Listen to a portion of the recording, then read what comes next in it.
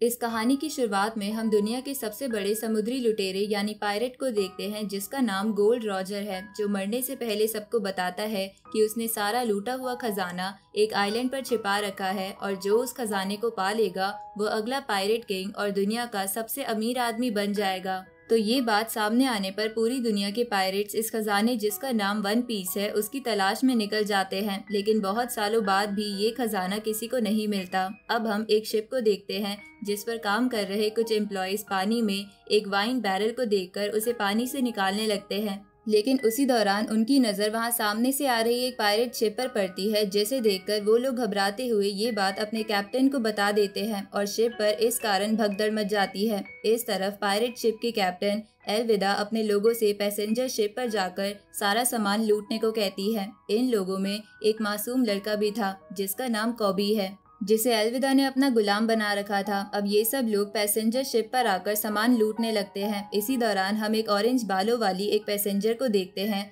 जो असल में एक चोर थी। इसलिए जैसे ही शिप में भगदड़ होती है, ये लड़की अपने काम में लग जाती है। इधर कॉबी उसी वाइन वाले बैरल को पायरेट शिप पर ले जा रहा था, लेकिन तभी एलविदा के कुछ लोग उस बैरल को तोड़ने लगते हैं ताकि वो जान सके कि उसके अंदर क्या है। पर तभी उस बैरल के अंदर से एक लड़का बाहर निकलता है और गलती से उस पायरेट को पंच मार देता है जो उस बैरल को तोड़ने वाला था। तो ये देखकर वहां खड़े बाकी पायरेट्स गुस्से में उस लड़के पर हमला कर देते हैं, लेकिन उस अटैक से उसको कुछ नहीं होता। ये देखकर वो लोग डर के मारे एलविदा के पास भाग जाते हैं। इधर कॉबी उस लड़के को समझा रहा था कि उसे यहाँ से निकल जाना चाहिए, क्योंकि अगर ये बात एलविदा को पता चलेगी तो वो उसे छोड़ेगी नहीं। लेकिन उस लड़के को अभी बहुत भूख लग रही थी, इस वजह से वो कॉबी की बात ना सुनते हुए नीचे बेसमेंट की तरफ चला जाता है जहाँ खाने की चीजें रखी हुई थी। अब वो वहाँ से कुछ फ्रूट्स खाने लगता है। तभी कॉबी उसे उसके बारे में पूछता है। इस पर वो लड़का बताता है कि उसका नाम लूफी है और वो पायरेट्स का किंग बनना चाहता है। ये सुनकर कॉबी चौंक जाता है, क्योंकि इसके लिए लूफी को वन पीस ट्रेजर ढूंढना होगा जो आज तक किसी को नहीं मिला। इस पर लूफी कहता है कि किंग ऑफ पायरेट्स बनना उसके बचपन का सपना है, इसलिए वो वन पीस को ढूंढ कर रहेगा, चाहे उसकी जान क्यों न चली जाए। ये सुनकर कॉबी रोते हुए लूफी से कहता है कि उसके अंदर इतना करेज नहीं है, क्योंकि वो बचपन से नेवी में शामिल होना चाहता था, पर उसे अब एलविदा का गुलाम बनकर जीना पड़ रहा है। अब उसी वक्त वहाँ पर एलविदा आ जाती है और अपने लोगों से लूफी पर हमला करवाती है, लेकिन लूफी उन सबको अपना हाथ बहुत लंबा करके डरा देता है। इधर ये देखकर एलविदा समझ जाती है कि लूफी ने डेविल फ्रूट खाया है। डेविल फ्रूट असल में एक तरीके का मैजिकल फ्रूट होता है जिससे उसके कंज्यूमर को अलग अलग पावर्स मिलती है, और लूफी ने भी वो फ्रूट बचपन में गलती से खा लिया था, जिसे उसे रबर जैसी बॉडी मिल गई। अब इधर लूफी को उन पायरेट से लड़ता देख कॉबी भी साहस इकट्ठा करके एलविदा से बोल देता है कि वो नेवी ज्वाइन करना चाहता है, ना कि एलविदा जैसी अगली लेडी का गुलाम बनना। ये सुनकर एलविदा कॉबी पर अटैक करती है, पर लूफी उसे बचा लेता है और एलविदा को पंच मार के दूर फेंक देता है। उसी दौरान वहाँ कुछ नेवी शिप्स आ जाती है, तो लूफी उन्हें देखकर तुरंत एक बोट की मदद से वहाँ से जाने लगता है। हालांकि वो कॉबी से कहता है कि वो नेवी के साथ जा सकता है क्योंकि उसे पायरेट नहीं बनना, लेकिन कॉबी डरा हुआ था, इसलिए वो लूफी के साथ ही उसकी बोट पर आ जाता है। दूसरी तरफ हम वहाँ उस ऑरेंज बाल वाली लड़की को देखते हैं जो कि एलविदा के जहाज से सारा ट्रेजर लेकर ऑलरेडी निकल चुकी थी। इस तरफ कॉबी लूफी से पूछता है कि अगर तुम्हें वन पीस ढूंढना है तो तुम्हें अपनी शिप और क्रू मेंबर्स चाहिए होंगे। इस पर लूफी कॉबी से कहता है कि हाँ, उसका पहला क्रू मेंबर मशहूर पायरेट हंटर होगा। इस पर कॉबी हैरान होते हुए कहता है कि उसे तो नेवी ने पकड़ लिया है। ये सुनकर लूफी कॉबी को बोट उस नेवी बेस की तरफ ले चलने को कहता है जहां वो पायरेट हंटर यानी रोरोनोआ जोरो कैद था, पर कॉबी लूफी को समझाता है कि जोरो एक इंसान नहीं बल्कि राक्षस है, उसे जोरो को अपनी टीम में शामिल नहीं करना चाहिए। पर लूफी नहीं मानता, तो कॉबी को उसी तरफ बोट ले जानी पड़ती है। आगे वो दोनों उस नेवी बेस वाले आइलैंड पर पहुंच जाते हैं जहां वो दोनों जोरो को बेस के खाली मैदान में बैठा हुआ देखते हैं। तो लूफी कॉबी से कहता है कि क्या मैं इसे आजाद कर दूं। इस पर कॉबी चिल्लाते हुए कहता है कि तुम्हें ऐसा नहीं करना चाहिए, वो शैतान आजाद होते ही हमें मार देगा। उसी वक्त एक छोटी सी बच्ची जोरो के पास जाती है और उसे राइस बॉल्स खाने के लिए ऑफर करती है, लेकिन जोरो उसे वहां से डराकर भगाने लगता है। पर उसी वक्त वहां उस बेस के कैप्टन का बेटा आ जाता है और बच्ची से वो राइस बॉल लेकर उसे अपने पैरों से कुचल देता है और अपने साथ आए नेवी ऑफिसर से उस बच्ची को दूर फेंकने को कहता है, जिसके लिए पहले तो वो लोग मना करते हैं। लेकिन कैप्टन के डर के कारण उन्हें ऐसा करना पड़ता है, मगर नीचे गिरने से पहले लूफी उस बच्ची को बचा लेता है। इस तरफ अभी जोरो ये सब देखकर बहुत ही ज्यादा गुस्सा था, इसलिए वो कैप्टन के बेटे से कहता है कि मैं 10 दिन बाद आजाद होने वाला हूँ, जिसके बाद मैं तुम्हें नहीं छोड़ूंगा। लेकिन वो बेटा उसे इग्नोर करते हुए वहां से चला जाता है। जिसके जाने के बाद लूफी जोरो के पास आता है तो जोरो लूफी से कहता है कि वो उसे वो नीचे गिरा हुआ राइस बॉल खिला दे। ये देखकर लूफी समझ जाता है कि जोरो का दिल साफ है, वो बस बाहर से पत्थर दिल बनने की कोशिश करता है। इसके बाद लूफी उस लड़की के पास जाकर उसे ये बात बता देता है कि जोरो ने उसके राइस बॉल खा लिए हैं, जिसे सुन के वो बच्ची बहुत खुश हो जाती है। लेकिन तभी वो लूफी और कॉबी को बताती है कि जोरो की ये हालत उसी की वजह से हुई है। असल में उस बच्ची की फैमिली एक रेस्टोरेंट चलाती है। एक दिन कैप्टन का बेटा वहां आकर हंगामा कर रहा था, तो वहां बैठे जोरो ने उसे पीट दिया था। तो कैप्टन के बेटे ने जोरो से कहा था कि उसके वहां से जाने के बाद वो उस फैमिली को नहीं छोड़ेगा, पर अगर जोरो अपने आप को नेवी के हवाले कर दे तो वो उस फैमिली को कुछ नहीं करेगा। तो जोरो इस बात के लिए मान गया था और इसी वजह से वो आज कैद में है। इधर प्रेजेंट टाइम में वो कैप्टन का बेटा उस फैमिली को परेशान करने के लिए फिर से रेस्टोरेंट में आ जाता है, जिस बात का पता चलने पर लूफी उसे पीट कर भगा देता है। इसके बाद लूफी जोरो के पास जाकर उसे उसकी टीम में शामिल होने को कहता है, क्योंकि लूफी को जोरो जैसे तलवारबाज की जरूरत थी।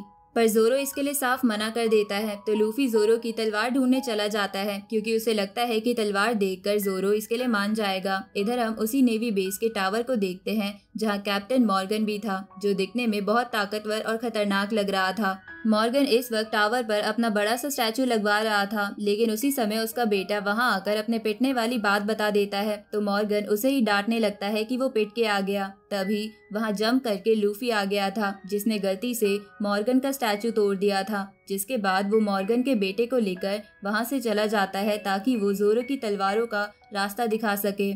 इधर वो ऑरेंज बालों वाली लड़की भी उसी टावर में थी और कुछ ढूंढ रही थी। दूसरी तरफ कॉबी जोरो को आजाद करने लगता है, लेकिन ये सब कुछ नेवी ऑफिसर्स देख लेते हैं और उन दोनों की तरफ गन पॉइंट कर देते हैं। ये देखकर जोरो अपनी बचपन की फ्रेंड के कुछ विजन्स देखता है, जिसके साथ वो प्रैक्टिस किया करता था। तभी वो ऑफिसर्स गोली चला देते हैं, पर लूफी बीच में आकर सारी बुलेट्स रोक लेता है। ये देखकर जोरो के साथ साथ सारे ऑफिसर्स चौंक जाते हैं। तभी मॉर्गन यहाँ पर पहुंच जाता है। वो लूफी से पूछता है कि वो कौन है, जिस पर लूफी अपना नाम बताकर कहता है कि आगे चलकर वो किंग ऑफ द पायरेट्स बनने वाला है। ये सुनकर सभी लोग हैरान थे। तभी जोरो लूफी से पूछता है कि क्या वो अपने ड्रीम को लेकर सीरियस है, जिस पर लूफी तुरंत हाँ करता है। साथ ही इसके बाद वो उसे 3 तलवारें दिखाता है, जो कि वो अपने साथ लेकर आया था। वो कहता है कि इसमें से जो भी तलवार तुम्हारी है तुम ले सकते हो। तो जोरो बताता है कि वो तीनों तलवार एक साथ इस्तेमाल करता है। साथ ही वो कहता है कि उसका भी एक ड्रीम है कि वो इस दुनिया का सबसे पावरफुल स्वॉर्ड्समैन बनना चाहता है, इसलिए वो लूफी को अपना कैप्टन बनाने के लिए तैयार है। ये सुनकर लूफी खुश हो जाता है, लेकिन तभी उस पर कुछ नेवी ऑफिसर्स अटैक कर देते हैं। लेकिन जोरो अपनी तीनों तलवार लेकर उन नेवी ऑफिसर्स को रोक लेता है, जिसके बाद लूफी अपने पैर को बड़ा करके उन ऑफिसर्स को दूर फेंक देता है। इसके बाद लूफी सीधा मॉर्गन पर हमला करता है, लेकिन मॉर्गन का बेटा कॉबी के सर पर गन रख देता है, पर लूफी सही समय पर उसे बचा लेता है और इधर जोरो अपनी स्वॉर्ड से मॉर्गन और उसके साथियों को हरा देता है। अगले सीन में हम देखते हैं कि जोरो, कॉबी और लूफी तीनों ही वहां उस छोटी बच्ची की मदर के रेस्टोरेंट में बैठे हुए थे। यहाँ जोरो लूफी से उसके क्रू के बारे में पूछता है, जिस पर लूफी कहता है कि अभी तक उसे कोई भी मेंबर नहीं मिला, जोरो उसका फर्स्ट क्रू मेंबर है। ये सुनकर जोरो हैरान था। इसके बाद वो लूफी से जहाज के बारे में पूछता है, तो लूफी उसे पानी की तरफ इशारा करते हुए कहता है कि मेरे पास अभी ये छोटी सी ही बोट है। इस पर जोरो हैरान होते हुए कहता है कि तुम इतनी सी बोट में ट्रैवल करके किंग ऑफ द पायरेट बनने का सपना देख रहे हो। इस पर लूफी बोलता है कि बिल्कुल, अभी भले ही उनके पास एक अच्छी शिप नहीं है, लेकिन वो हार तो नहीं मान सकते। अब तभी वो छोटी बच्ची यहाँ लूफी से पूछती है कि वो लोग यहाँ से कहाँ जाने वाले हैं, जिस पर लूफी कहता है कि ग्रैंड लाइन की तरफ। ये सुनने के बाद कॉबी हैरान हो चुका था। साथ ही वो कहता है कि वो जगह बहुत ही ज्यादा खतरनाक है, वहाँ से बहुत ही कम लोग वापस लौट कर आ पाते हैं। इस पर लूफी कहता है कि वो ये बात जानता है, लेकिन वन पीस के लिए उसे वहाँ जाना ही होगा। अब इतने में ही वहाँ पर कुछ नेवी ऑफिसर्स आ जाते हैं, जो लूफी और जोरो को उस आइलैंड से जाने को कहते हैं, क्योंकि नेवी ऑफिसर्स का काम पायरेट्स को पकड़ना होता है। पर वो ऑफिसर्स लूफी को नहीं पकड़ना चाहते थे, क्योंकि उसने उन सबको कैप्टन मॉर्गन की गुलामी से आज़ादी दिलाई थी। इसलिए वो बस लूफी और जोरो को वहाँ से जाने को कहते हैं। तो जोरो और लूफी वहाँ से जाने लगते हैं, लेकिन लूफी कॉबी को वहीं छोड़ रहा था ताकि वो अपना नेवी ऑफिसर बनने का सपना पूरा कर सके।